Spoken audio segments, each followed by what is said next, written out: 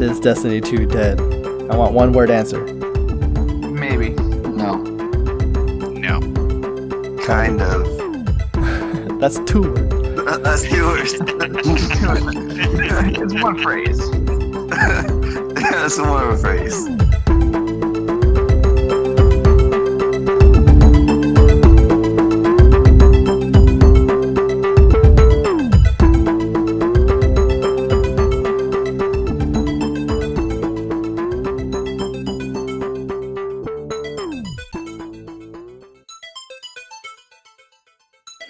Finally, we are back. OG Gaming Squad with another podcast. What's up? How you guys doing? Good. You did good. All right, we're gonna start. I'm gonna introduce who we have with me. I have Louis and Andrew with me back again, but we have some other guests with us. Introduce yourself, please. Okay, I am Emerald Cody. I've been friends with these guys for a while. I'm main a hunter and mostly the Night Stalker. All right, Tony. My name's Tony707. I main Striker Titan. And Destiny 2's like actually pretty new to me. I never really got into Destiny 1. But I'm pretty addicted to Destiny 2 now. Nice. All right, I'm gonna do an icebreaker question for you guys to just loosen us up. You guys ready? Okay, go ahead. I'm ready. All right. Favorite pizza topping? One word answer. Oh, Louis, you go first. You gotta pick me. Okay, I'll go first. I'll go first. It's like the easiest question. All right. Not for me. Not an easy no, question. at least he's no.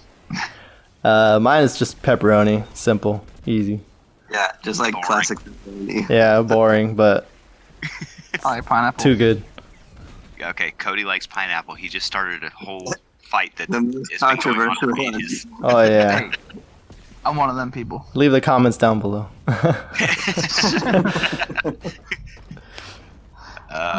Tony, you said pepperoni? Yeah, Okay. for sure. And let's see, for Andrew, I would probably have to say garlic. What? That is What? not the only thing that I would put on there. Believe me, there are definitely other things, but you say one thing that I have to have on Yeah, there is yeah. gonna be garlic. Okay. Like So cruise you- with garlic? Just cheese and garlic. I could do garlic, but you know, I mean, there's plenty of other things that I'd put on it, but garlic needs to be on there. All right, Louis, you have enough time to think. I know for real. Yeah. If I had picked one that was like that takes all the toppings and makes one clear cut choice, that's gonna have to be bacon. Really? Bacon. I was waiting for you to say like anchovies or something. No, Totally out of the ordinary. no. It's gonna be bacon. That's like overall probably the best thing to put on it besides pepperoni. Okay. You can literally put bacon on any kind of pizza and it's gonna be delicious. All right. I All cannot right. complain about that answer. Okay, I got another question for you guys. Okay. What's your favorite TV show right now? Oh, Mine's I'm starting to like Fear the Walking Dead. I mean, Walking Dead's a classic, but right now I'm liking it. I'm gonna go Game of Thrones for sure. Right now that is my jam. Yeah, I'm thinking Game of Thrones also, or Stranger Things. Okay. Oh, I just finished Stranger Things. Don't spoil it. I'm on episode 7. Yeah, I haven't so started close. it yet. So yeah, I've been working and gaming so much that I haven't been watching much TV. But my wife and I are currently watching Mindhunter on Netflix. Ooh, It's very good. We've I've heard. gone through 4 or 5 episodes so far, and I would recommend it. It's very good. That's next on my list after Stranger Was Things. it Mindhunter? Yes, Mindhunter. What was your answer, Tony? Probably Game of Thrones. That's What? the best show I've ever watched. Yeah. Dang. It really is. I'll have to get on that. I need to catch up on that. I'm about a season and a half behind on Game of Thrones. All right. We'll get into our first topic then. As all of you guys know, we've been playing Destiny 2 for, 2 months now? Yep, since launch. Yep. Oh, and just before you continue, for anyone keeping score at home, Tony came in and said that he mains a Striker Titan. So yes, out of the 5 of us, there are 3 Striker Titans. Oh yeah. Ever since the beta podcast video that we did, we already knew Striker Titans were too good. Yeah. Nothing to make it happen. Yeah, that was a given. I do try to change it up on my Titan once in a while because I get tired of running the same subclass as everybody, but you cannot beat those double pulse grenades. Yeah. Yeah, double pulse grenades though is legit. I do have to admit that. That is clutch. I was gonna go into the story mode. We haven't talked about anything, since the beta. I want to get you guys' thoughts on just the story as a whole.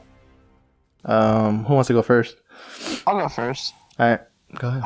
I actually really enjoyed it. I like the story in the first one, even though people want to say there really wasn't one. It's more like a foundation. I would assume I would go off of what D1 was.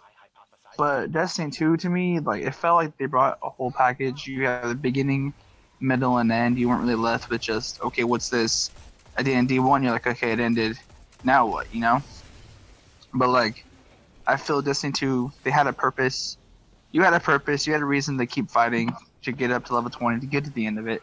And to me, it felt Bungie as a developer, it brought me back to the Halo days. Not necessarily Reach, which is probably my favorite Halo game, but to Halo 3 and the early Halo titles where they had great stories, great writing, great characters, and I actually liked Gaul. Like, yeah, he's supposed to be a villain, but I actually kind of started to like him towards the end of it, towards his reasonings of why he did what he did. I kind of like Gaul. But all in all, as a package, I think the campaign and the story was really thoroughly made good. I want to hear Tony's thoughts on the story, just because maybe you haven't played Destiny 1 all the way through, so you kind of get jumped into the middle of it, but maybe you have different thoughts than we have. I mean, for me, it was like almost too easy going through the campaign. Yeah. Like, it was never a challenge throughout the whole thing. But I did like those couple of tank levels where you're just like destroying everything. I didn't really follow the story. I was mainly just trying to like catch up to you guys since you guys were already But it was fun though. Like, the last boss battle was crazy. I just kept switching powers, but yeah. Like, other than that, like, nothing really stood out, huh? Besides the end couple end matches. Yeah. It was only the ending where I was like, oh, this is cool. Everything else was just, I don't know. It just felt like too easy. I could see that. Yeah. What about Andrew? What do you think? It was nice, first of all, having a storyline in the game. I'm a big fan of the Destiny lore, big fan of the story. I dove into the lore in Destiny 1, watch a lot of lore videos on YouTube, things like that. So I know about the storyline that everyone says wasn't there. It was nice having a storyline in the game. I feel like they did good with it, but I feel like it was a familiar storyline. It was easily forgettable when you were done with it. There was a couple moments where it got to you, or, I can see how you started looking at Gaul as a more human character as far as the reasoning. Cody said that he did the things that he did, things like that. But I feel that once you're done with it, it is forgettable. There was nothing really out of the ordinary in the storyline. It was very familiar. Huh? Yeah, it was a very familiar storyline, so it was effective for what it was, and it was nice to have it in the game, but it wasn't anything outrageous. Yeah, I agree. I was just gonna say, like, thinking back on it now, like, I beat the campaign twice already, and the only thing I can remember is the last fight and the 2 tank levels. Yeah. That says something. I think my favorite part, though, of the whole campaign is probably getting your powers back and going to the Charlotte Traveler, and then going to see like the different visions. Oh and yeah, those are everything. cool. That I really like how they did that. That was pretty cool. What about you, Louis? Okay, so I did like that we had a story that it was clear, concise. There was you didn't have to go and look deeper into things, or it was all laid out for you. There was beginning, middle, and an end. I liked that. There was some lore things that they put in there that I like too. Since I'm like Andrew, I really followed the lore in Destiny 1, watched all the videos, so I'm pretty adept in the Destiny lore. So there was things in there that I really enjoyed. But overall, it was a pretty forgettable campaign.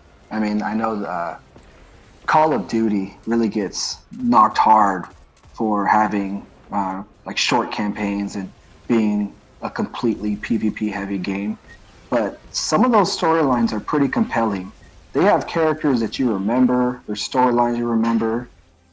There's a lot of memorable things that come out of the campaign in Call of Duty, at least from the older ones. These current ones, Actually, I can't speak too much for, but it was there. So to see Destiny kind of take a more casual approach to the story, I kind of didn't like it, but I get it. They wanted to make it more accessible to people, which they did, which is cool. I mean, and then the lore is still in the game if you're looking for it with these scannables and all that. So I did like it. There was something that pulled me out of the game like immediately, and this is something that bothered me in the beta too, was the fact that our character doesn't speak, and still throughout the entire campaign that really just bugged me because there are so many memorable lines from Destiny 1's campaign that everyone knows, and it's become a bit of a joke sometimes on memes, but for what it's worth, they're memorable. People know where it comes from, and we didn't really get too many of that in this iteration of the campaign.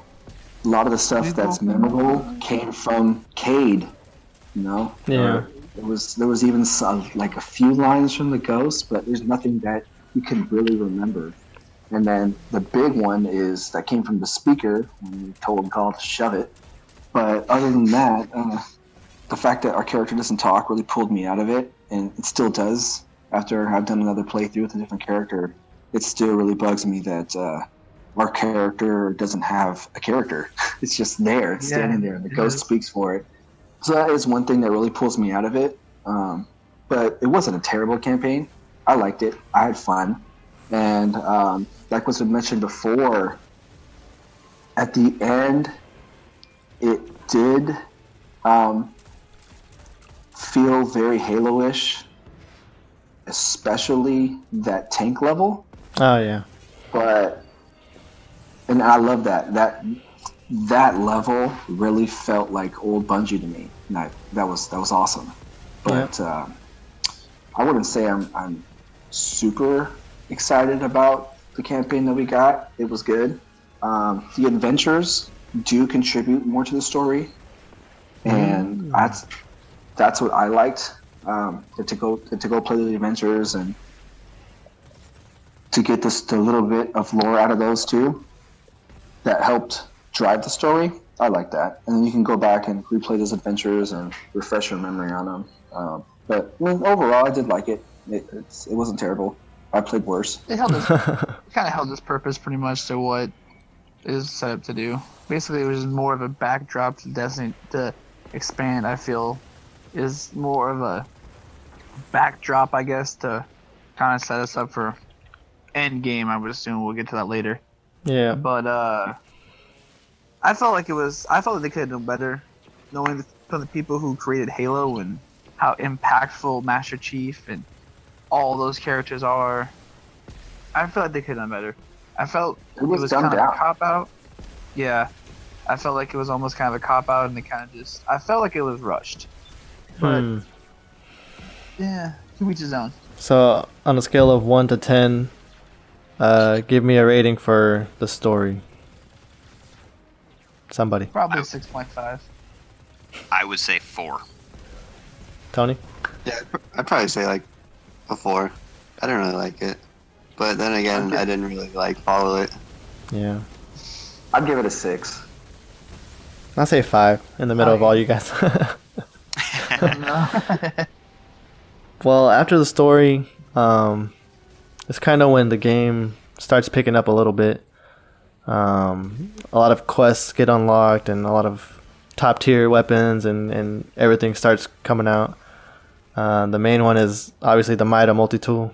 It's highly accessible. Anybody can get it with the quest. And we got it pretty easily. But literally everybody was using that weapon. Like the first... Still using it right now. This season now, yeah. It's just the meta, and it's just... It's one of the top tier weapons, I think, in Crucible. Yeah, I don't know if That's it's... the main one. Like, It for is the trials, top tier weapon in Crucible. Yeah, I don't know if... I don't know. I'm still not digging the exotic quests for some reason. Ever since Destiny 1, it's just... I mean, there's lore behind it, which is good, but... It's cookie I don't cutter. know. Destiny 1, Yeah. The Destiny 1 quests were way better. Because, like, you had to do, like, to get the exotic quests, like, for Thorn, and, I forgot what the shotgun was, Invective. Yeah. For Thorn and Invective, like, you had to turn in a certain amount of bounties, and you had to get lucky to turn in, to just get the exotic bounty just to start the quest.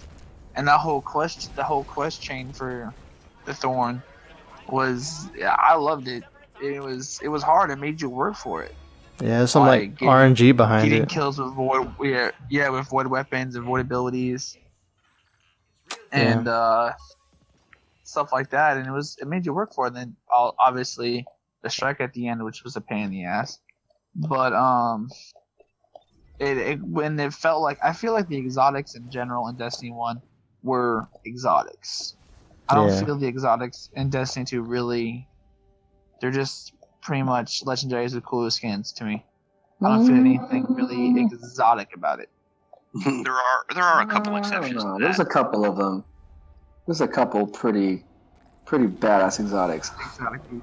Yeah, but I do Yeah. agree with Cody on the part of... I'm okay getting rid of the RNG for getting an exotic weapon quest. Sometimes that took a lot longer. You know, I know you guys all know it took me forever to get a Yellowhorn to drop. I finally Oh, God. got my I had galley to buy, right before it was basically unlocked for everybody. So I had to buy mine. it took me absolutely forever. I was very close to having to buy mine. I think I got it like 3 weeks before he sold it that second time. So I was okay with that. What I don't like is I don't feel like the exotic weapon quests have the same depth that they did. I don't think all of them need to be as in-depth as these ones, but think of the quests that we had for Outbreak Prime or Touch of Malice, how it took problem solving. There were puzzles that had to be solved by the community, and then a lot of work that had to go in it, even after we knew what it was. Sleeper Simulant was the same way. And I think they missed an opportunity just having 1 or 2 of those in the game. I know that they wanted to make it more tuned for casuals to be able to come in and get everything without having to put in, dozens of hours to get it. But I feel like that the game is missing something. Showing us that in D1 and taking it away from us, I think was a problem. like on the Back to Outbreak Prime, like they made you play with other players. Like you had to literally play with other players to complete the quest. And you could spend a whole day doing that quest, and the reward for it, like the feeling you get after you beat the quest, after you drove through all that time you put into it, makes it worth it. But in D2, you're like, okay, in like an hour, 2 hours, okay, cool, I got the exotic quest done. So I still never got Outbreak Prime. Really? Yeah. Love that gun. Okay, maybe that was a bad example. But I don't consider myself a casual. Sorry for peeling that scab off there, Louis. Well, I I'm want a to get Boolean Gemini. How about that? We'll use that as an example. Tony's opinion because he didn't play much of Destiny 1. do you like being able to get the gun, like exotic guns, like anytime you want, or would you rather like have to get it as a drop? I think like all of the best weapons should it should be a drop, like for sure. Maybe not RNG, but like you should have to fight like the strongest monster or whatever to get those kind of drops. Yeah, But- just to have like a chance to drop it. Yeah. Yeah, but with Destiny 2, they're just like giving away basically the best weapon in the game. Right? They hand it out to you. Jeez Louise. I mean, that goes Yeah, back to the it's not grind. just like one person; it's to like everybody. I don't know if that's their way of balancing things, but Well, here's a problem with that though. Like for example, with Galahorn, for a while, it started getting pretty annoying where people were requiring people to go into the raid. You had to have Galahorn, or they didn't want you in their fire yeah. team. That's kind of a problem. Yes. This being the solution for that, I don't like it. I don't think this is the right way to fix that, but I see why they did it. Making a weapon like Galahorn accessible to everyone in D1 would have changed things because a lot more people would have probably done the raid. Because I bet you there's a handful of people who try to go onto an LFG site or the Destiny app to try to find a team, and once they did, that person or that group found out they didn't have a Galahorn and booted them, and that was that. They probably just gave up on it and were like, well, you know what? I don't want to do this. I'm done, and put the game down and Yeah. probably never touched it again. So Probably. I can see where Bungie came from with it. I just don't think this was the right approach.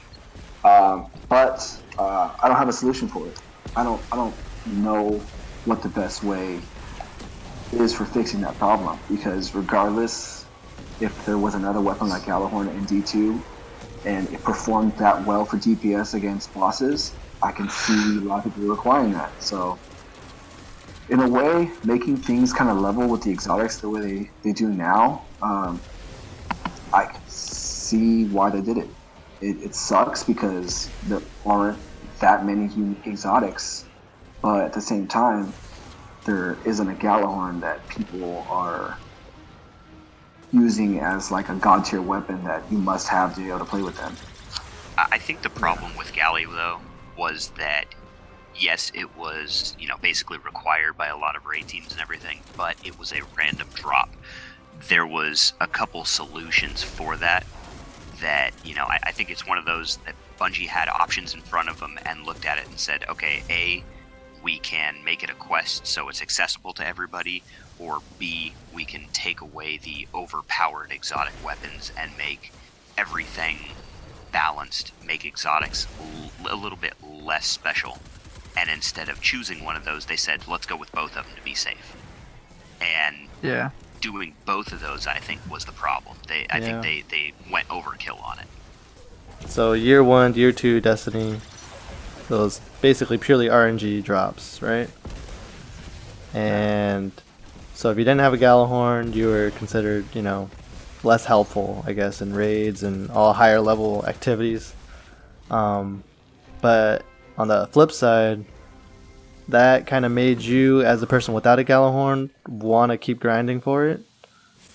Although for some people they never got it, and some people they took forever to get it, which sucks. But like for me, that's what got me hooked. Like first ever playing Destiny was because Louis got it. Louis had a Galahorn, Louis had an Icebreaker, and those were like the best two weapons in the game, right? And there are icebreaker. they're RNG drops. So when I found out like how, which activities drop exotic weapons like RNG, I kept on doing those nonstop over and over and over every week, trying to get those best weapons. And then, after a couple 2 or 3 months, I was able to get them. But that's kind of what made me coming back. And then after I got them, then okay, now I can join any group I want. I can, do whatever I want. And it kind of rewards the person who wants to keep playing over and over. But now, Destiny 2 kind of, like Andrew said, it plays both sides. Like a lot of exotics drop, engrams, and you don't know what you're gonna get, an armor or a weapon. which is Yeah. fine, but at least you can grind and get those exotic engrams. But on the other side, you can still do the quest and get those top tier weapons, and then go into trials, whatever, and use whatever everybody else is using. So I don't know if what the best, like what you guys said, I don't know what the best way to do it is. I liked the other way, just grinding nonstop, trying to get the best of the best stuff. They gave us a reason. They gave us a reason to come back to. Yeah, Come back so to like, it. like it took Like me me like, trying to get Fatebringer. yeah, it took me Doing like, Vault of Glass every week over and over just for the small chance you might get it. yeah, I was playing nonstop for like, I want to say like 3 to 6 months. I was like die hard, but Yeah, and- now and, it feels like it's bland after a month. It's like, Yeah, What's going on here? Even though it took months and months for me to get my Galley to drop for me, I was a regular raider. I love the PvE content, and I was the same way as you, Javi, that I wanted to go back in and do any activity that could possibly get me an exotic drop. The Nightfalls, the raids, and for a long time, I was running 2 or 3 raids and Nightfalls every single week for months straight, just trying to get those drops. And yeah, it took a long time, but I wanted to keep trying for it. Yeah. And I know not everyone's like that. They were trying to get more people, trying to get the accessibility, and they did that, but I feel like it took too much away from the game. They don't have both worlds in there right now. They went too far to the other extreme. all right. So, question: you can only pick one. Destiny 1, Year 1, drops, RNG, exotics, like the way everything's rolled out, or Okay. Destiny 2, Year 1. Which one would you pick? Destiny 1. Now, are we talking about like the drops? Yeah, like how drops happen, like Vanilla Destiny basically 1. Yeah. you couldn't get any exotics without it being dropped, like, or from a chest, Yeah. exotic chest, anything. Now you I'm can gonna- do activities and get it pretty easily, but That's kind of I'm- hard. I'm gonna go D1 also, only because of this. I still remember the first time Gjallarhorn dropped for me. It was my very first Nightfall, and when that Gjallarhorn dropped, I lost my collective ship. It was awesome. It was incredible because I still remember seeing the commercials for Destiny, seeing that the Gjallarhorn being used in the live action trailer, and I was like, oh, I want that exotic. That thing is so cool looking. And that was like really the only exotic I wanted in Destiny. And then when I got it on my very first Nightfall and it dropped, I lost it, man. It was awesome. You can't relive that experience in Destiny 2. yep. I have yet Yeah. to relive that Yeah. experience in Destiny 2. Yeah, So when I I finally have to got say D1. Yeah, when I finally got my Galley to drop, even though it took forever, I jumped off the couch, I screamed, I shouted, I was thrilled when that happened. And I was one of the early ones to have Icebreaker, and I remember I was very excited when that dropped for me. Yeah, I miss that gun so And much. like in Destiny 2, because I didn't really play Destiny 1, but in Destiny 2, like I thought exotics were like one of the hardest drops to get. And then I got my first one, and I was like pretty excited. And then I think it was like 30 minutes later, I got another one. And then like after playing like non-stop, you just like realize exotics drop constantly. Way too often. They're Yeah. like potato chips, you can't just have one. Exactly. Yeah, I was like Yeah, I was that's like the same too. excited the first one, but then after that, it's just like, oh, I got an exotic. It's probably gonna be the same thing I got last time. Yeah. Yeah, I have like, I have 6 Vigilus wings. It's Yeah. it was sucks. terrible. You But still I And have what's to go. worse is you get it from a No. vendor. Yeah. Yeah, There's like no. You have to I go don't back know. to the Crypt Arc and wait for him to decode it. And when you decode it, it's like, oh yeah, I Yeah. got it. That's fun. Instead Yeah. of getting it in real time when you kill your boss and it was And then you- hard and it's sweaty And- and you guys are at the last second Nerve-wracking. you kill it and it And drops clutch. for you. I mean, come on, you can't replicate that when you go to go back to the tower, go to the Cryptarch and have them decode it.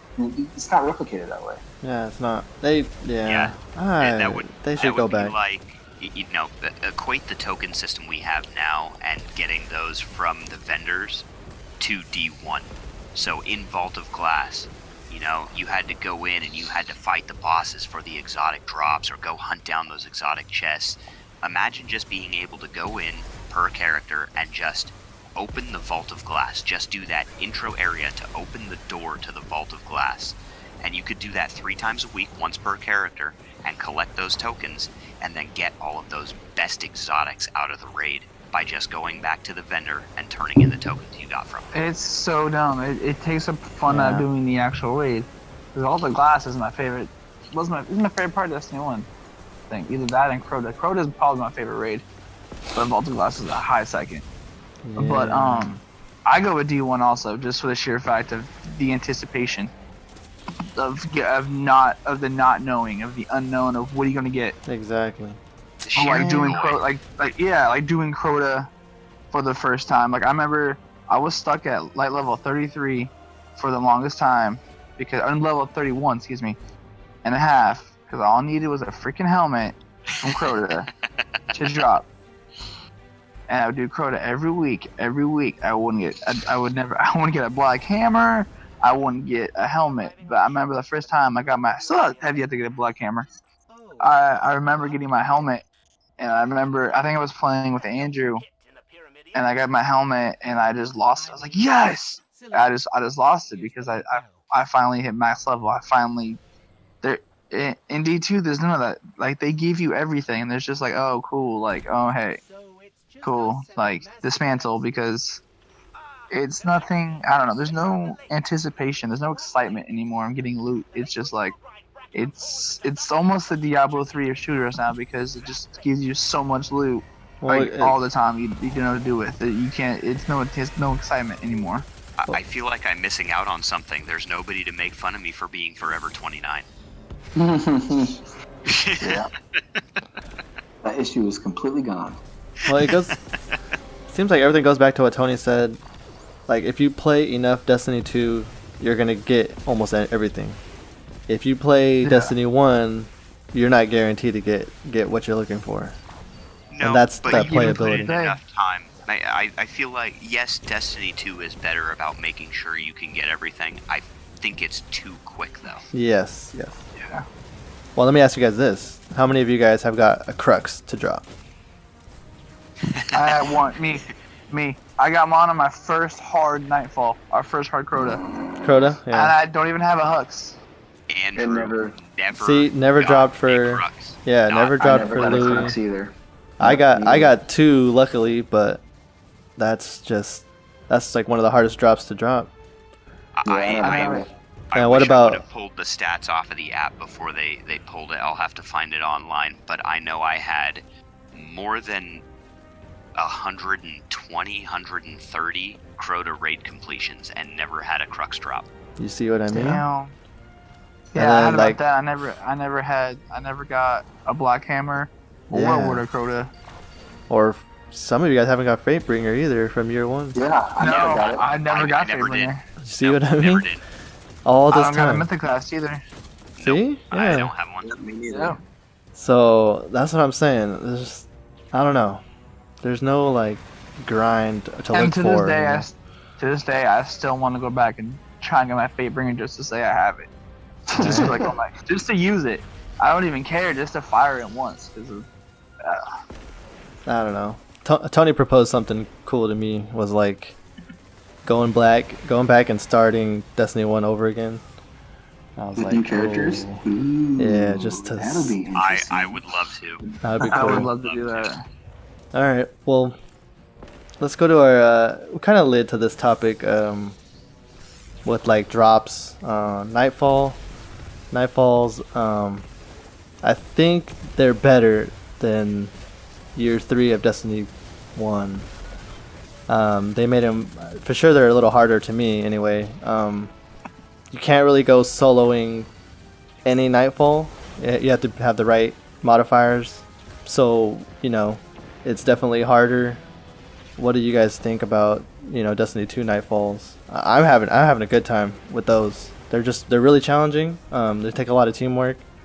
The fact that there's a timer involved and like we're rushing against the clock adds another element that I like. But I want to get your guys' opinion on that. Yeah, I dig the Nightfalls that they give us. Especially since I've played since year one. I know that the Nightfalls have gone through drastic changes. So it's nice. I like it. It is challenging. It's fun. And the key word there is that you need a lot of teamwork. And I feel that Nightfalls shouldn't be easily soloed because they are an end game which requires you to have a team of 3 to complete it. So having to communicate with other people, it feels just right, And if you can Nightfall it, man, if you can do that solo, that just it's a testament to your skill. So I really dig the changes they made, especially with burns. I like the modifier they have where it changes every minute. I like the way they changed that up because easily you could go into a Nightfall with an arc burn on it and just have a complete loadout of all arc weapons and the arc subclass, and you're pretty much gonna kill it. Even if you're going up against enemies that have arc damage, regardless of that, you're still gonna go in there and kill everything pretty easily. Now you have to call out when they change energy elements, and you have to be pretty damn sure you picked the right loadout to go in, especially if you're doing Prestige, because the lock loadout, which I think is phenomenal, because that makes things even harder. Yeah. Because you can't change nothing before you can. Let me switch my icebreaker, or let me switch my black hammer real quick. Let me switch to a Gallowhorn. No, you go in what you start with and you finish it that way. And I think that's really cool. You brought a whole different element to the Nightfall, and I like it. Tony, what do you think? I think so. At first, I didn't really like the Nightfalls because I didn't like how they were all timed. Because at first, I thought the Nightfall was just like a new kind of like side mission with teams. Yeah. Where you'd have to like explore and then fight a final boss. Yeah. But every Nightfall is basically like a race against the clock to kind of like skip everything and then kill the boss as fast as you can. Oh, it takes away the story about the night or about the strike. Is that what you're saying? Yeah, at first I every week would be a timer, and I didn't know that strikes were like that at first. Or I don't know if they were the same in Destiny 1, how everything's on a timer. Yeah, that wasn't like it before. No, yeah, it's a new thing they added in Destiny 2. That was a year 3 thing. Yeah. Everything being on a timer? Yeah, that came in year 3. Okay. Yeah, because I didn't like how it's on a timer, because, you have to just skip through everything, just try and rush past all the parts. But after, doing the Nightfalls every week, it does make it more challenging. It's pretty fun now. Yeah. Just, finishing the challenges, and then seeing how much time you have left after completing it. Yeah. Yeah, it goes back to the whole time thing. Like when me and you two-manned it, we had some clutch moments. But that was the only time me and you two-manned it. Yeah. That was the only time I really got excited and felt tension in the Nightfall. It was a challenge. Yeah. And yeah, in D2, in D1, Nightfall's when it was Omnigul, I would refuse to do it just because. As you guys know, scream. Exactly. I hated that strike. For some reason, it's not even that bad of a strike. For some reason, it's just because I think the way the boss room is set up is just retarded. I think in my mind, it's stupid. I mean, I get why they did it, but you're huddled in a corner pretty much, and it's getting attacked from all sides. It's not the best layout they had. And her scream is just death-defying, and it scared the crap out of me every time we did it, even though I knew it was coming. But it was a challenge. Okay. I just think personally to me, I think the timer should be in the Prestige only, and leave the regular Nightfall itself. Oh, okay. I like that. I was wondering about that too. I've thought about that for a little bit, about having timer and prestige only. But I get why they put the timer in.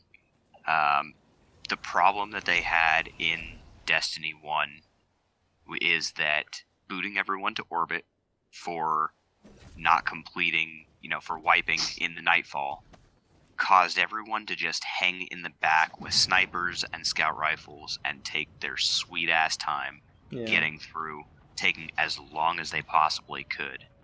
And I remember Nightfalls taking 45 minutes to almost an hour. Oh, yeah. Yeah. That was not something I wanted to repeat. So I'm okay with the timer. Maybe it could have been implemented a little bit better. I don't know, but I don't think it works bad. There might have been better options. I'm not sure, but I think they implemented it pretty well. The Prestige is very tough. Yeah, it is. Less of a timer.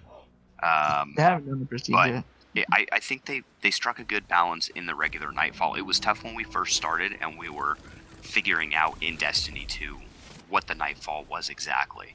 How was it the same? How was it different from Destiny 1? And it took a little bit of figuring out. It was frustrating. I know I got frustrated that first week, and especially the second week, I got really frustrated with the Nightfall. But let's not go back to that one. But everybody hated that Nightfall. I think it works out really well, though. I feel like they implemented that well. Nightfalls are rewarding as they should be. It was made to be an endgame activity that is hard to complete, that rewards you with things that can progress your character up to that peak power level. And it does the job that it's supposed to do. So on a scale of 1 to 10 again, how would you rate the Nightfalls in Destiny 2? I'll go I'd give it a 7. solid 8.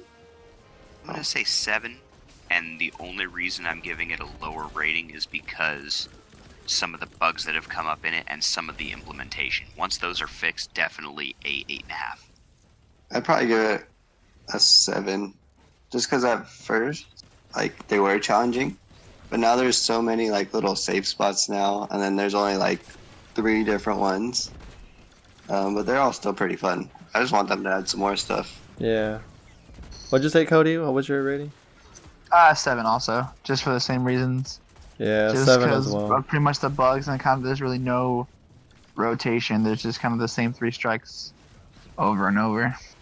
Yeah, I think there's 4 or I don't know, 4 I think, right? An Xbox Yeah, I think anyway. it's Or with the PlayStation exclusive. Yeah, 5 with that one. Yeah. Yeah, they need more variety, but yeah, I'd give it a 7 Yes. as well. Well, the other end game things that we can do are the raid.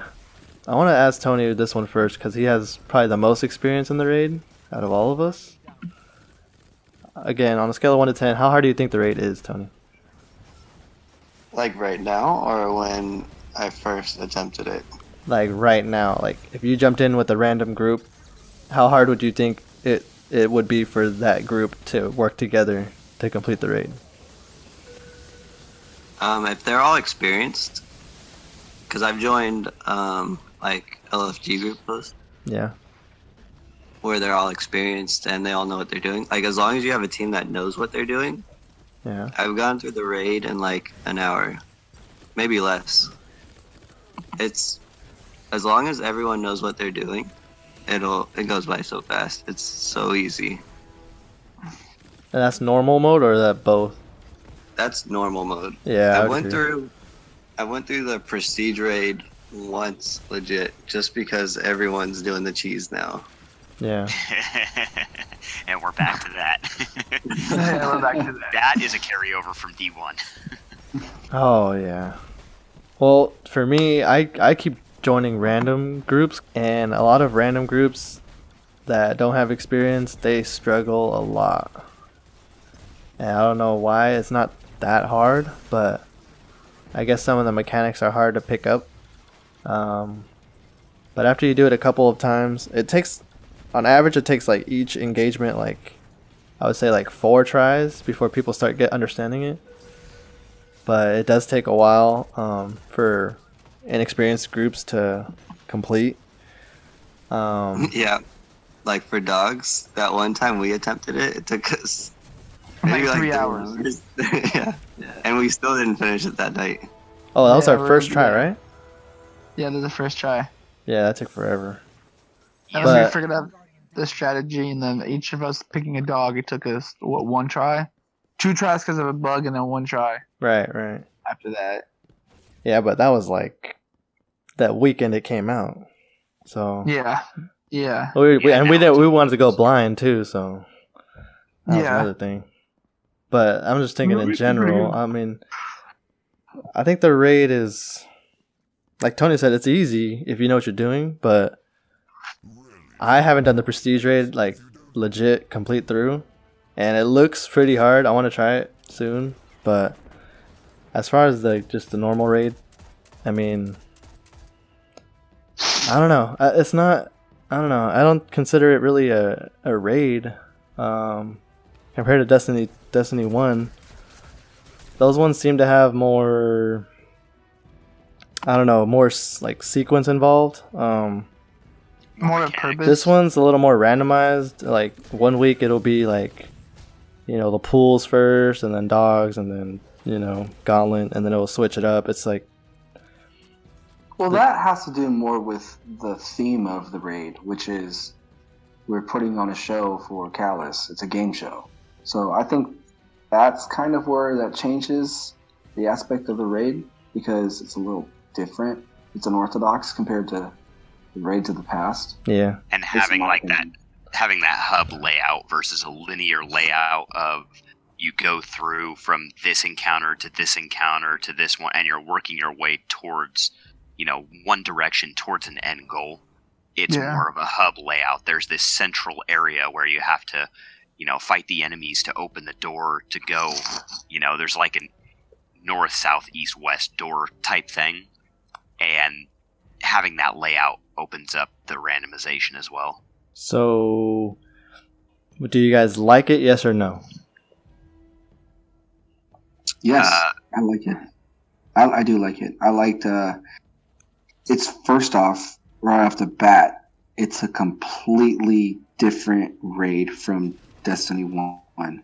As in, all the raids in D1 were dark.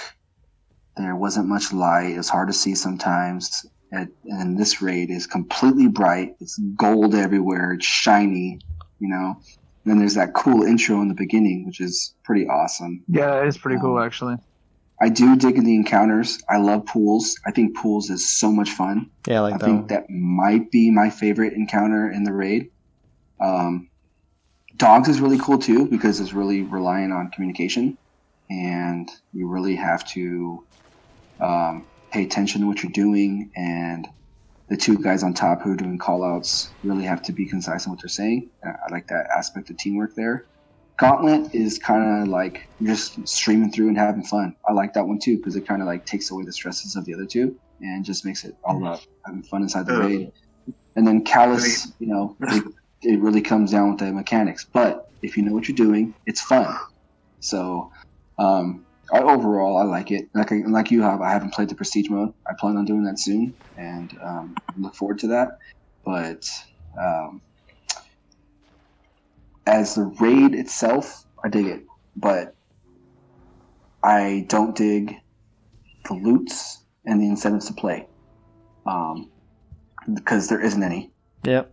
Exactly. The We beat armor- it once. That's it. The armor and the weapons are completely cosmetic. The weapons, don't get me wrong, they're pretty cool. They're good. nice. There's like a couple good weapons.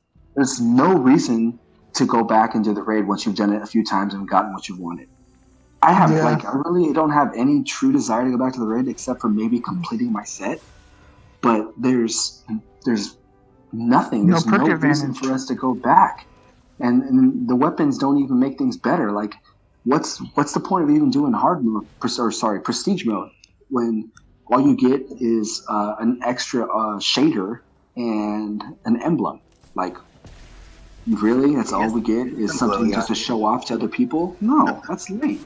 I think that's the one thing that really hinders this raid experience, especially for new people, is the fact that there's no reason to go back. Because they did a lot of great things in this raid. It's a beautiful raid. There's actual lore in the raid. The whole Callus reveal is awesome. No one's seen that coming. That's a huge twist. There's nothing like that in Destiny 1. Then there's the Underbelly, which has never been something in Destiny at all, period. That's like an entirely different world underneath the raid where you can go and collect loot and have little battles and engagements and puzzles and stuff. That's cool. That's the cool stuff I like from this raid. It's awesome. That whole circle of things, the encounters, the Underbelly, even the gear, aesthetically, is awesome. But again, there's no reason to go back and do it, which sucks because it's a really awesome raid, but there's no reason for you to go back to play it after you've done it a couple times. And that's lame. It's really lame. I would have to agree with that. This is where, as much as I was singing praises of Bungie when we had our podcast before and we were talking about the beta and our impressions, I had nothing but great things to say, and I gave Bungie credit for a lot of stuff, gave them the benefit of the doubt. I have to say I am extremely disappointed with the endgame in this, and the loot system is basically the entire reason for that. I think that they did a lot of good things on this raid. I think that it's a fun raid. I think that it works well. It's an enjoyable encounter to go through if you're working towards an end goal, which the raids are supposed to be working towards that end goal of getting the gear, getting the stats, everything like that. The problem I have with the raid, just like the Prestige Nightfall, and especially the Prestige raid, is, like Louis said, everything is basically cosmetic. There's some weapons that are unique and cool. You know, the Sins of the Past rocket launcher, one of the best rocket launchers in the game, probably the best rocket launcher in the game. You're going to want to go through and get things like that. I haven't managed to get one yet. But you're going to want to go through and play in order to get certain things. The problem that I have is I wanted a full set of armor from the different raids in Destiny 1 because they had raid-specific perks. They helped you the next time you were in there. They had more agility when you're torn between dimensions in King's Fall. Things like that. You know, there is nothing like that in Destiny 2. And missing out on those raid-specific perks or, you know, activity-specific perks, I think takes away all the incentive. I don't want showy armor to go into the tower and everyone to look at and say, oh, that looks cool, he must have done the raid, blah, blah, blah. I want my stats. I want to be able to power up my character. I want to be able to become stronger, to add stats, add perks, and feel the next time I go in is a little bit better and a little bit easier because I put in the work before, and I don't get that. Yeah. I agree. I don't know. There's like nothing really nothing to look forward to, you know, at the end game. It's weird. Yeah. I'm not used to that. I mean, I used to be able to grind for like everything, and now it's like I don't really have a reason to. I just play it when you guys are on just to have some fun. Now there's nothing to like. Let's put it this way. Get it. So in Destiny 1, like I said earlier, I was a weekly raider. You know, there was a couple of times I took some breaks for other games or I stepped away from Destiny for a little bit, but I always came back. I was always happy to come back. And when I did, I stepped back in 150%. Yeah. You know, I would go in, I would do multiple raids a week, even on the same character, even though I wasn't getting rewards. Sometimes I would do multiple raids just helping other people through because I enjoyed the encounters. And I would do that without any rewards because when I did that, I was getting practice, and when I went in to get rewards, I was getting something that was worth it. But in here, in Destiny 2, I have gone into the raid, I think, 4 times, and I've only completed the raid once. I have completed 1 Callus encounter. I have not even stepped into the Prestige raid, and I have no desire to do it at all because I don't need that shader. I I don't need cosmetic items to show off and show people, look at This what isn't I did. Warframe. I'm not getting any stats and not getting anything that makes it seem like it's worth it to me. So I have no desire to go into that and spend the time and the frustration trying to get through the hardest encounter in the game that gives me nothing to make it worth it. I feel like Yeah. I got like, so bored with that game, with Destiny. Like, there's nothing to do. The only thing to do is to get like the prestige raid armor, and that's all I've been doing now. And you know what really sucks And it's because like you can you get- see that the developers really took a lot of time and they really like put a lot of effort into making this a unique encounter, a unique raid, and they're not getting their due diligence because of this loot issue that's taking away from all of the hard work they put into making an awesome raid, and it sucks. I don't know. I just want to wrap up PvE in general.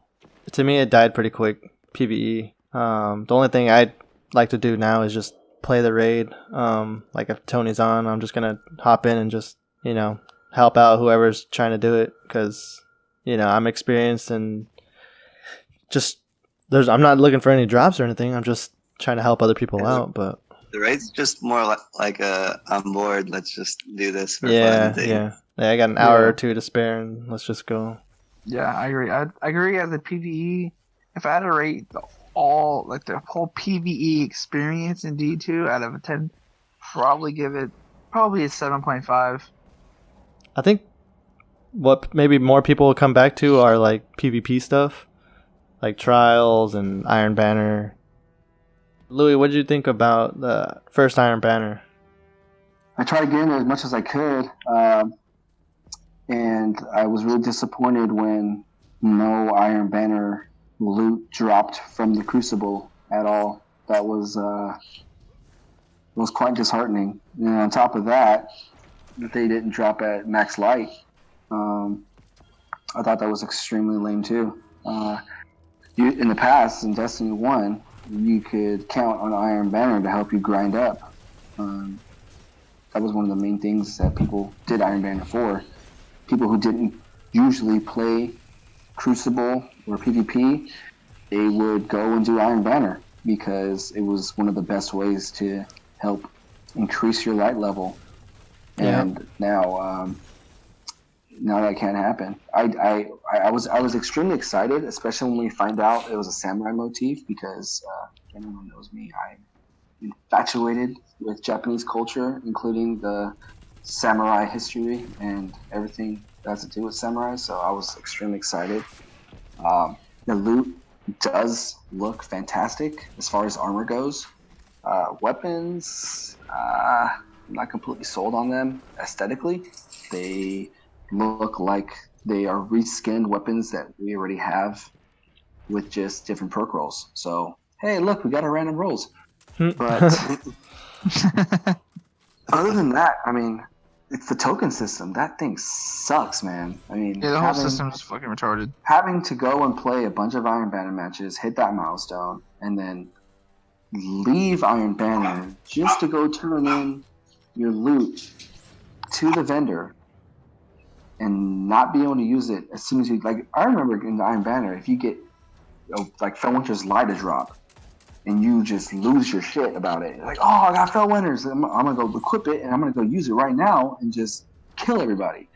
And yeah, that's not happening now. You used to be able to get excited when you had drops come from Iron Banner. You'd lose it because it was awesome, it was fun, and now you play a bunch of games, you collect a bunch of tokens, you finish your milestone, you go back to Saladin, turn them in, you get weapons, and that's it. It sucks. Yeah, I think they'll fix that. I think they knew Yeah. that was broken. Yeah, The whole other token than that, system though, itself is broken. the biggest plus about Iron Banner is, hey, look, there's a control playlist you can go play. You don't Yeah. have to go play random games. You can just Yeah, guarantee that's control. fine. Guarantee Yeah. control. I miss that. That's the one thing I hate is I miss choosing what I want to play. Like, am I in the mood to play some Rumble? I'll play some Rumble. I'm not in the mood to sit through 3 different matches just to hopefully get Rumble or hopefully get control, or play through 10 matches of Supremacy on the same map. Like, the rotation has got to they've got either do a better rotation, or just flat out make separate Just have playlists it altogether. Yeah, leave competitive the same, but just make separate playlists for quick play. Yeah, I agree. That's something we've had since like Halo 2. I know, right? Yeah. Like, how hard is that? All right, I'm gonna ask you guys a tough question. No, it's not that tough, but I want you guys to give me one weapon. Doesn't have to be PvP. It can be PvE, whatever. Just one weapon, not like mainstream weapon that you really like or that you really enjoy. For me, I'll go first. I got one of these to drop early, and I didn't really know how good it was when I got it, but the Mananan SR4. Oh, That thing- That thing is really, really fun and really, really good to use. I use it a ton in the Nightfall. And if you've seen my solo video, that was like my bread and butter. Just because I think it has... Does it have explosive rounds? Let me Yeah, it has Dragonfly on it. see. Yeah, that's just ridiculous. And it has Void Burn. It's really, really good. That's probably... I would say that's one of my top 2 favorite legendary weapons. That and what's it called? The Last Dance, I think, or something. Yeah, Last Dance. Yeah, those two are my 2 favorite. Not mainstream legendary weapons. Do you guys have any suggestions for good legendary weapons? Yeah. Aren't mainstream. Yeah, well, yeah, something that people don't use all the time. Not top tier. Oh. I I would li- say one of my favorites is, and I'm probably going to butcher this name, but the Jiangxi AR4 Oh yeah, energy auto rifle. There's not a lot of people that use it because everyone wants to use Uriel's gift, which is fantastic. But the Jiangxi is actually an amazing auto rifle, and I love using that in the Crucible. it is. I tried it out. I would say it competes with Uriel's actually. I would It's agree. good. I like it. I think I have 2 of them actually. I think my favorite is the Einstein D Pulse rifle, just for the fact that shit's got range for days, and as ricochet rounds, which is cool. And I also like the Crucible Sword, the steel. I forgot what it was called. The Crucible Sword, though, just for the sheer fact of how it looks. Like, it looks like a big, bulky anime sword with tape wrapped around it, like it's been through some shit. Yeah. And those are probably my 2 favorite non-top tier weapons. All right. Yeah, I like swords in the game. They're good. Swords Yeah. are fun. Yeah, they did a really good job with the swords and how they look and all the different stats on them and everything. Okay. What about you, Louis? Any weapons that stick out? Yeah, there's actually a weapon that I really like that not a lot of people use. I think it's because a lot of people say it's not as good as Better Devils, but I really do enjoy Old-fashioned? it. No. True Prophecy. I really Ooh. like that weapon. Ooh, I that's a like good True one. Prophecy. I have that. It's actually It really has good. that same feel that that you got from the Better Devils, because I think it's almost the same base weapon, but it's just a really, really fun gun to use. I really like using it. I mean, it kicks like a truck, and when it hits an enemy, like it hits them really, really good. But then it has that perk, which is similar to explosive rounds, like the Better Devils has, but it's not quite the same. I'm blanking on the name of it right now. Is that the Future War Colt hand cannon? Yeah. Yeah. It's I don't remember the name, but it's like it puts a projectile on your enemy and then explodes afterwards. Oh. So yeah, so like it was when I was using it in PvP, again, like I said, it hits like a truck. So I was able to do like 2 shots on the enemy and then kind of like pull back away just in case I was getting killed, and it would still deliver that Huh. explosion That's cool. off the delay, so I'd kill them after I was already pulled away. It's just a really fun gun. I liked it a lot. And the impact was really, really high, and it kicked back, and it was hard to use, and it felt fun to use it. I think that's a weapon that's underrated. I gotta try as it far out. as, I have one. I hand have to cannons try it go. out. Yeah. What about you, Tony? You got any secret weapons that you're using? I mean, I use basically the only weapon I use is auto rifles, and I use almost all of them. Yeah. Origin Story is probably my favorite. Yeah. That's a good gun. Yeah, that's probably one of the best, but I usually just stick to auto rifles, with Origin Story being my favorite. All right. Well, let's go back to a random question to get our juices going. If you had to eat something right now, would you choose steak, seafood, or pizza? Oh, seafood. Mine would be pizza, hands down. Pizza is my Yeah, favorite. probably pizza. Oh, seafood for me. I'm all over that. What do you got, Tony? I'm not going to say no to any of them. Seafood is a very close second, but I'm a fan of food. I'll throw in sushi. Oh, that's not Dude, fair. no, that's okay. You're evil. Sushi. What else? I'm going to have to say sushi now. Pizza. Cody? Tony? Pizza. Probably sushi, but if it was something I'd eat every day, like for the rest of my life, it'd probably be steak. Oh. Okay. Ooh.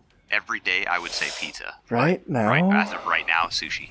Right Every now? day would be sushi for me. Oh. Every Right now, I'll day. do pizza just because it's easier to eat. Exactly. Alright. Okay, a harder question.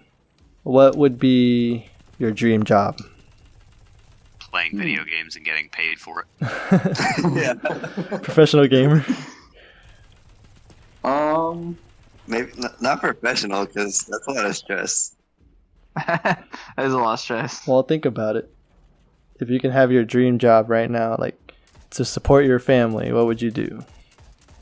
I'd be a film journalist. What is that? Film journalist? Pretty much you cover news about anything going on in Hollywood, whether it's TV, film.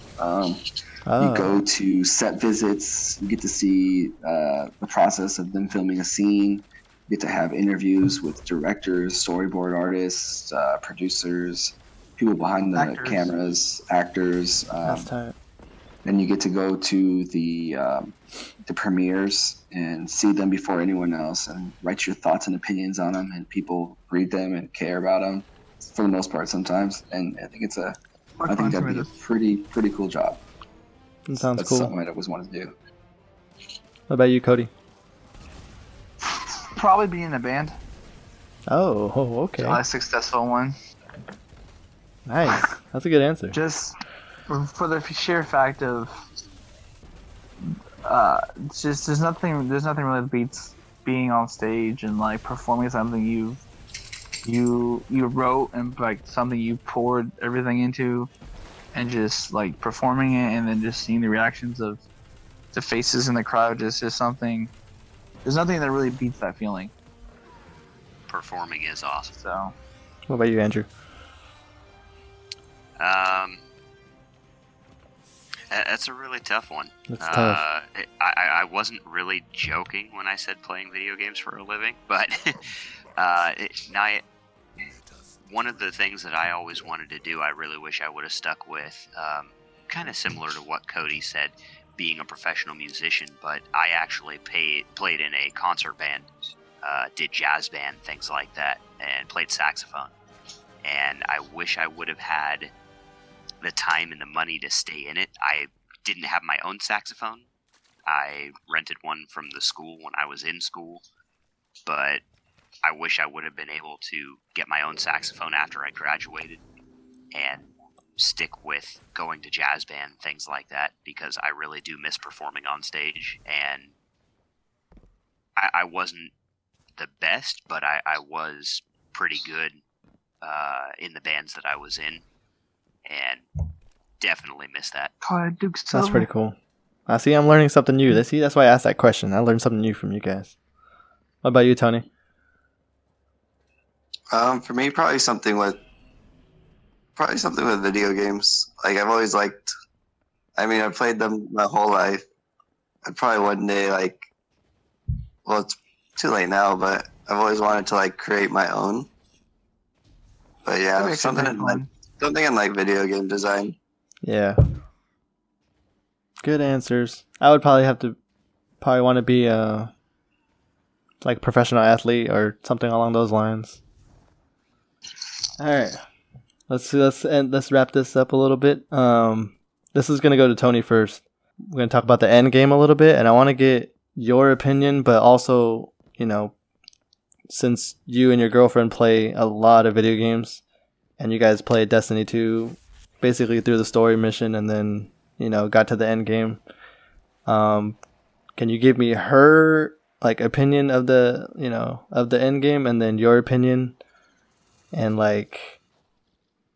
just the fact of being in the clan and getting milestone and getting those power engrams and that part, after you did the story and you want to try to level up, what is your your take and her take on that?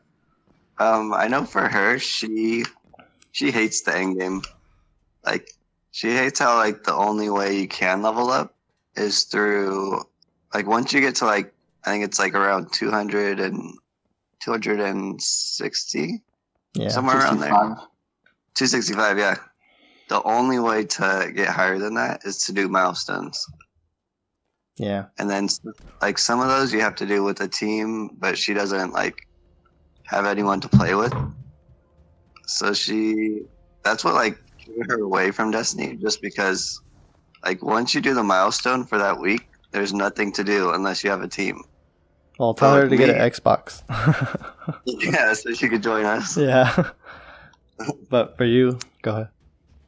Yeah, for me, I kind of felt the same way, but I was also playing every day.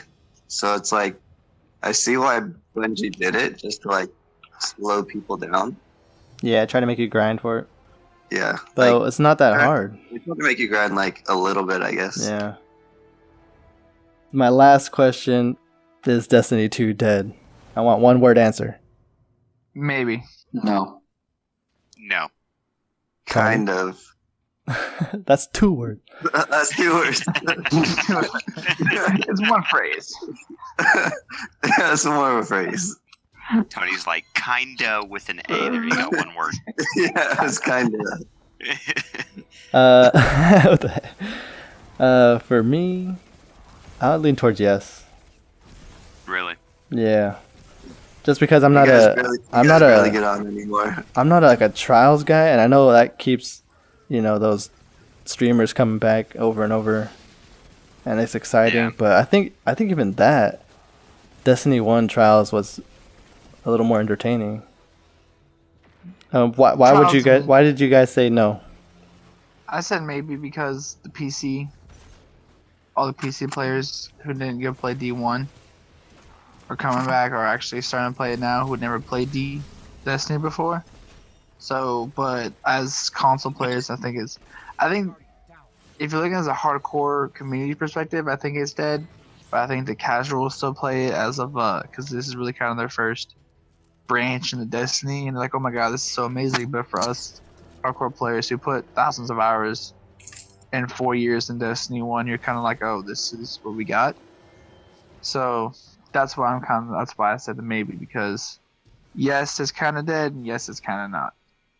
I'm saying no, because as little as I play right now, and as much as I'm frustrated at lack of things to do, I'm giving Bungie the benefit of the doubt. I know that they're working on a lot of changes right now. They're going to be improving a lot of things, and I think that they are going to change it. I'm just hoping it doesn't take too long, and the improvements that they make are enough to save the game. Yeah, I can see that. I say yes just because I don't feel like I want to come back. You know, There's no reason for I'm you to just come like, back. I'm just gonna play if you guys, you know, if you always want to try something or do something, you know, raid or prestige or whatever. But even still, that I'm not going on by myself and like looking for a team and like before I used to do that all the time, just Yeah, finding a D1, team you're every like- single you're- week. that's I'll why just- you're already on like find a team where like I get on, I'm like, let's see how's been always joining raid team. Yeah, He's already doing that's this. all I was doing is just helping people with the raid and doing it all the time. I can do it like at the back of my hand, any raid. But now this did one the is same like, thing. Hey, you get solo quota for fun. oh yeah, just things like that, just things like to challenge me. Like that's why I wanted to do it, you know, a solo Nightfall. But even still, that you need to have the right modifiers and you know things like that. It's lacking in Destiny 2, I think. Yeah, Andrew, do you have? I'm gonna ask you about the upcoming future update. I know you and Louis are all over that stuff. And the Curse of Osiris is coming out. Give us some background on that, and then what you hope to see in that update. Okay, so with the Curse of Osiris, I don't want to go too far into the lore. I'm not a lore master. I just follow it pretty closely. But basically, Osiris was a guardian in the tower who was being trained to be the next speaker. He was exiled for getting too close to the darkness, and when he was getting close to the darkness while learning about the best way to fight against it. He is on our side, but had some different views on the best way to protect humanity than most guardians do. So he was exiled from the tower, ended up going to Mercury, and I'm hopeful that it's not just us joining up with him and fighting against the Vex in this DLC. I hope that it goes into the lore about who he is, who he was, really goes deep into Osiris' story, because there's a good story there that needs to be told. And I think that there's a lot they can do as far as going to Mercury. We all hope to go to Mercury in Destiny 1. So finally being able to go there's a lot that they can do. I really hope that there's a full raid. I think that's what it's going to be. Everything is still kind of up in the air with the wording that was on there. New raid activity. It could be something more like a Archon's Forge or, a Prison of Elders type thing.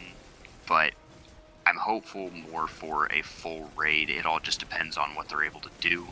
But again, with the problems I have with the loot system, they're going to have to do a lot of changes to make this activity worth it for me to go into, whether it is a full raid or it's an Archon's Forge type activity or something like that. It needs to reward me for going in and putting in the time and effort for it.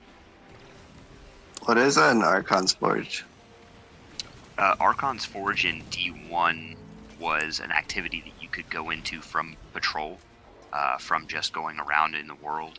And it was basically you go turn in these offerings that you get around the world. And when you turned in an offering, it would bring out essentially waves of enemies that you would fight off, and then a boss that you would defeat. And there was different difficulties of it. And it would reward you with different things depending on the difficulty. The hardest one could help you get up towards your end game light level, push your light level up towards the peak. And you could get a lot of really cool, unique rewards from that. Some things were good, some weren't, just like any activity. But there was some really neat rewards from that, and it was fun to go into. And you could go in for 5 minutes, or you could spend hours in there. It was all dependent on what you wanted to do, how much time you wanted to put in. Oh, okay. Louis, you want to talk about Endgame again? Or if Destiny 2 is dead? Yeah. I don't feel like it's dead. Well, only because I know that Bungie's come out and said that more people have completed the raid and reached the end game than what was achieved in D1. Well, yeah, And because there is none. I know, but I still feel like there's people who are casually playing Destiny that are not going in every week and playing it as hard as we do, and they still have reasons to play. And I feel like that's gonna hold them up until the DLC comes out, and I'm hoping that by then the live team can come in and really shake things up and get things to where they need to be to keep us more hardcore players interested in playing the game.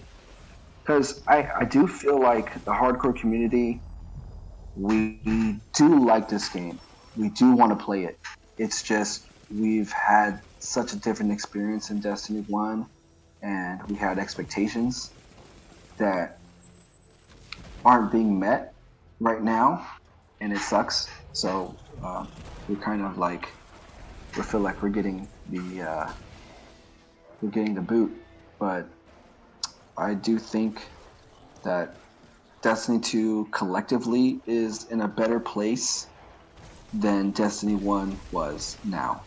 Because Destiny 1, whoever stuck around with it to the first DLC, went through the hardest times that D1 had to offer. There was a learning curve, and if you didn't try to even get to that curve, then most people just gave up and moved on to a different game. Oh, Destiny 1, that sucked. There was no story.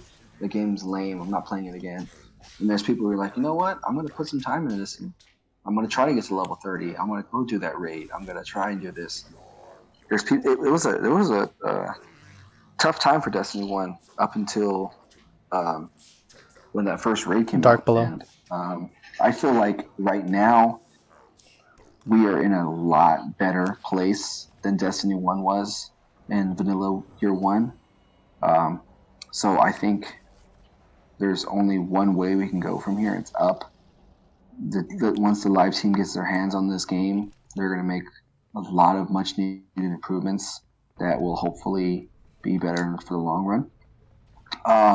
Things that I think they could do to fix this game where it's at right now in the current state is definitely for the future. They got to make raids more worthwhile.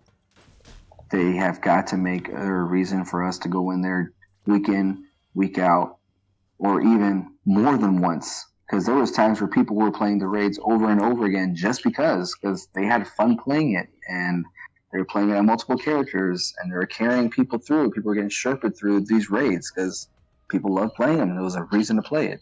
So I feel like that aspect of raiding needs to come back to make Destiny 2 great again. You know what they should have did? What was that? They should have had all weapons and armor dropped within the raid at a higher power level. Oh yeah, like 310 or something. I also think they could have easily fixed the whole bland system that they have now with cosmetic weapons and armor by simply adding in exclusive mods that would drop in prestige mode that gave your armor and weapons perks. That's a good idea too. That would have been a way better way to get people to go in, because now because what they could do is make those mods not easy to drop. They don't drop on every encounter. Sometimes they only drop on Callus, or they only drop in the challenge mode, and you're gonna have to grind and get those mods to drop for you. You know, that's easily something that could have been put in just to help the raid a little more. You know, I also think that a lot of one of the biggest activities we did in Destiny 1 was the strike playlist. I mean, sometimes when we got bored in Destiny, hey, let's go run strikes. Okay. So we'd go run strikes and play heroic strike modes, and we would be trying to get that strike exclusive loot that isn't here in Destiny 2 anymore, or getting skeleton keys. You know, that's something that would really help Destiny 2. Bringing back strike exclusive loot, because there's no incentive to play the strikes. They're delivering the same tokens that we can get pretty much anywhere else, and for gear that we already have. If there was strike exclusive loot, like maybe, I don't know, just like the Imago loot, which was a version of a weapon that you can only get in a raid, but if you go and did a couple of strikes, you could get that weapon that you could only get in strikes, and you had to grind for it because it was not easy to get. That's another simple fix that they could make to get people to play strikes again, or to find another way to play that when they won't get bored. Another way is making Crucible more accessible to everyone. Right now, you either go in by yourself or with a team. You're either going to go and do random game modes by yourself or a group of teams that are either playing Control, what's the other one? Supremacy and Clash. And that's kind of lame because you can't pick what you want to play. It's up to RNG to what you play. And sometimes it's back-to-back maps or back-to-back play types. I think diversity needs to come back to the Crucible. We should be able to go and play Rumble if we wanted to. We should be able to go to a Control playlist if we wanted to. There's also needs to be a better incentive for Crucible to play Crucible. Let's get those Crucible exclusive weapons and armors back that you can drop inside of the Crucible and not just take into a vendor, you know. Simple things like that could really go a long way into making this game great. Also, another thing that I kind of feel like they really fell short on was the Lost Sectors.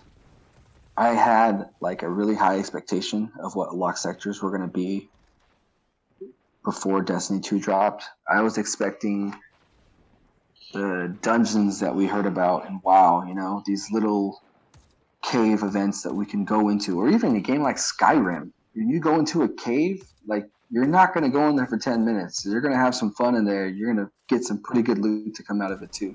And I wish there was more Lost Sectors than what we have now. I feel like they really missed the ball on that one. We could have gotten, I don't know, maybe Lost Sector exclusive loot that you can only get while you're doing flashpoints on the EDZ or in IO that are only specific for Flashpoint Week in the Lost Sectors. That's a good idea. That's something else that we could that could help to get this game further along. You know, just simple things. I don't think it's dead. I just think that there's a lot of changes that need to be made to keep this community going, because this community isn't like any other community you find in gaming right now. There's a lot of people who are willing to help other people. There's a lot of people who are nice to each other. You don't hear, like on Call of Duty, people talking about their mom or you're gay and blah, blah, blah, blah. It's a fun community, and it's one that I've become so invested in that I don't want to see them fall away from it because of decisions made with the future of this game. So I hope they the seasons really help to change this game to where it needs to be, so that I continue to play this game, because I love it, and I'd hate to see it fall to the wayside like other games have. They usually do really good updates and please everybody, and they listen to the feedback of our of the players. The live team getting their hands on this, because from what they've already talked about that they have on their list of things that change, I'm excited for it. I think those are all small but great changes that'll go a long way into getting people wanting to get invested in this game again. Yep, I agree. Yeah, they need to get rid of all that token stuff. Yeah. That's not working. They gotta make my recommendations. Tokens work well for the planetary chests and doing public events and stuff like that, going to the planetary vendors. Yeah, I like that. For that. Yeah, I like but that. But take it away from things like Iron Banner and Crucible. Yeah, I agree. Yeah, I hate how I went through like Iron Banner that whole I think it was like a week or two.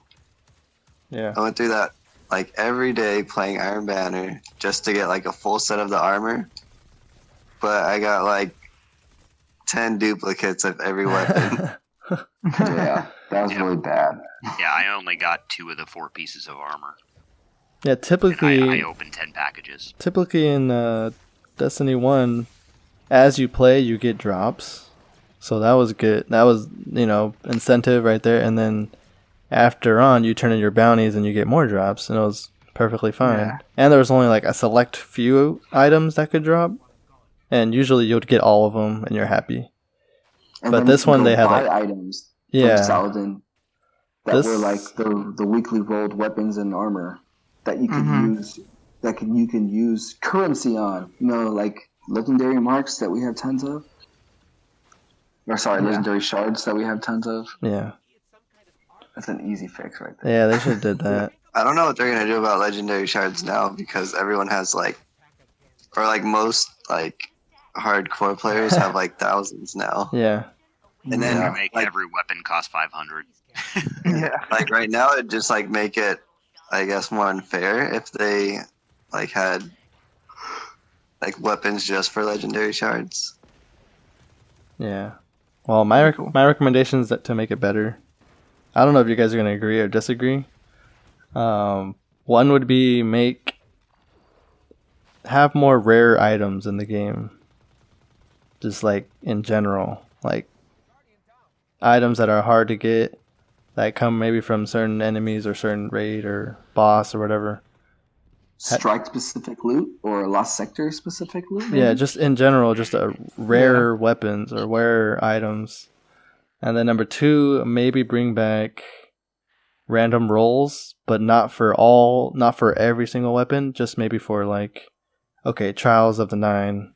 Those weapons and those armors are going to have random rolls.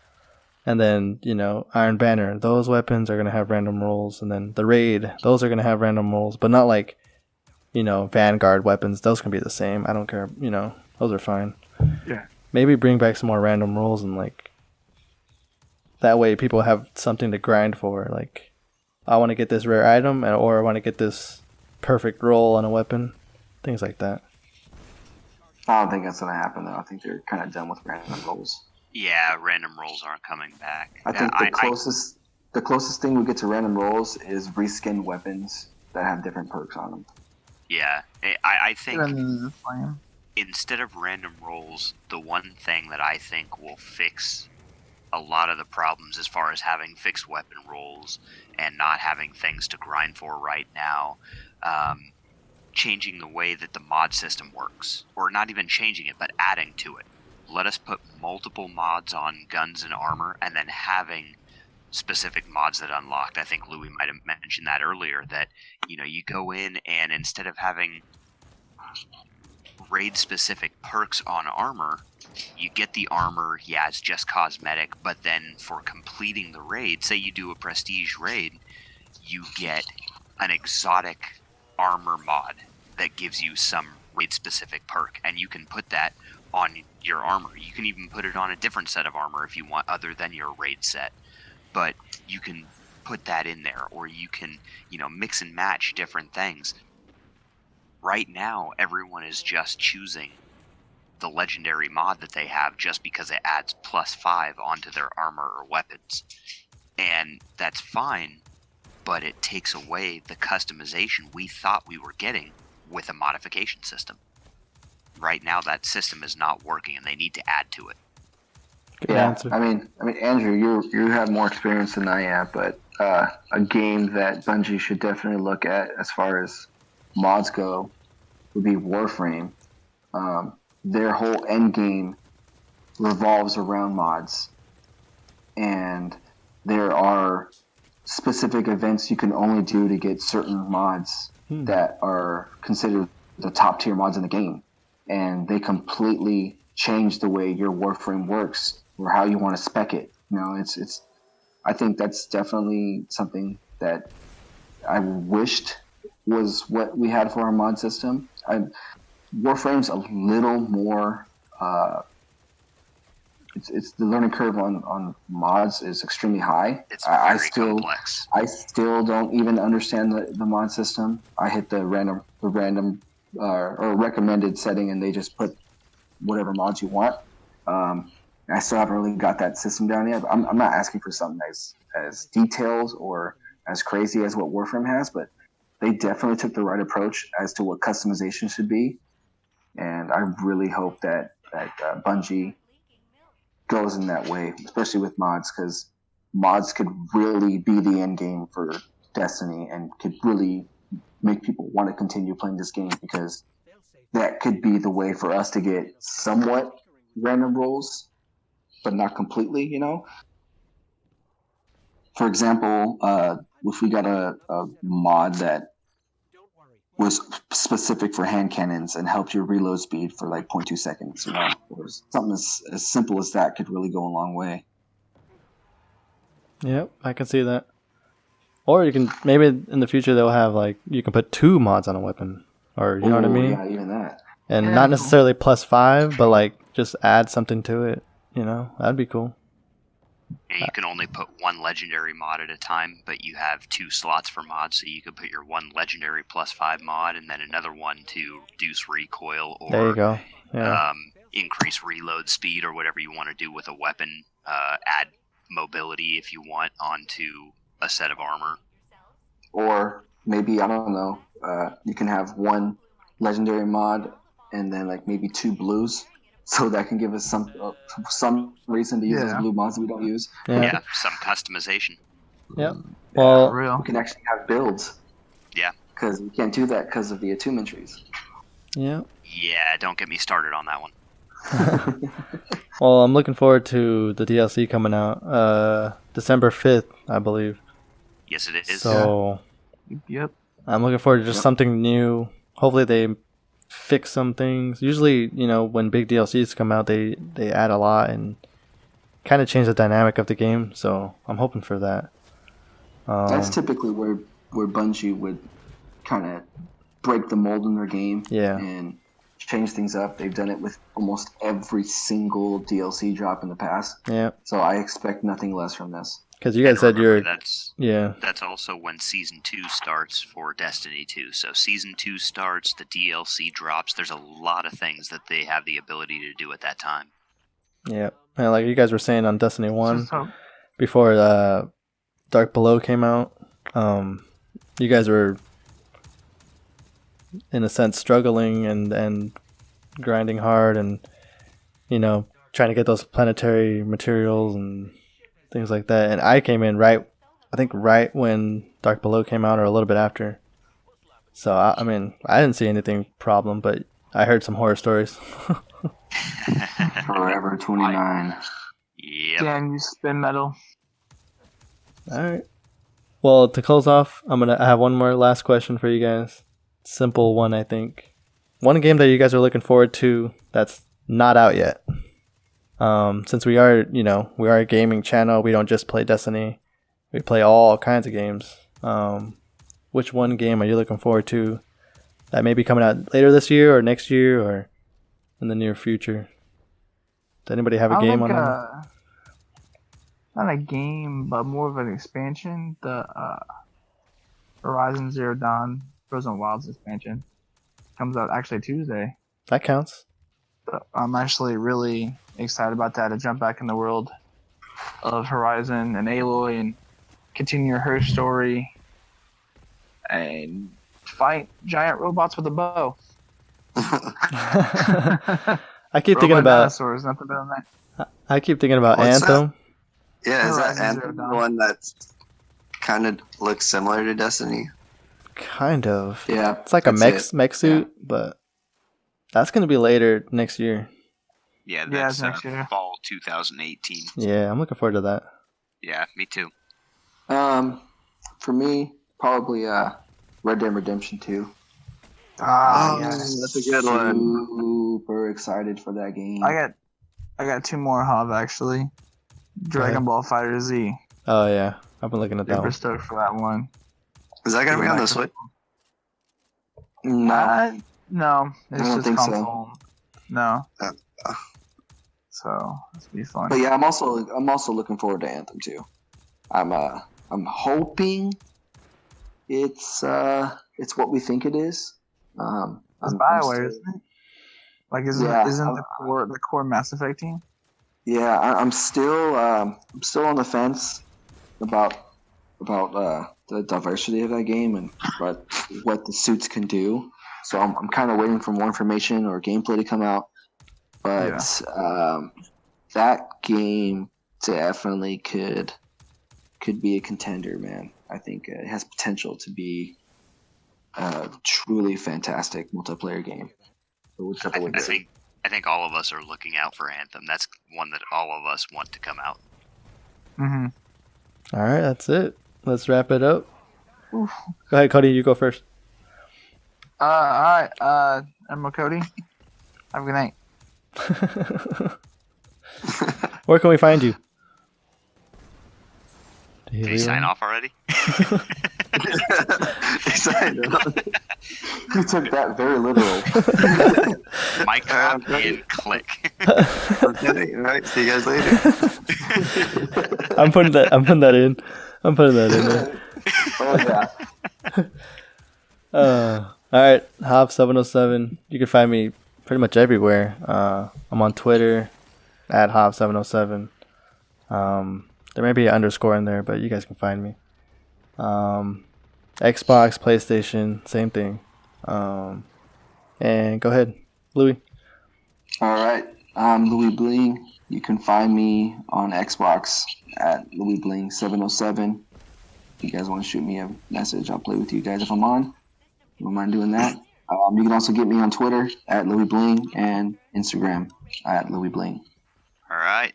Nightwolf signing off. You can find me on Xbox at Nightwolf613 and on Twitter at Nightwolf613. And I'll talk to you guys next time.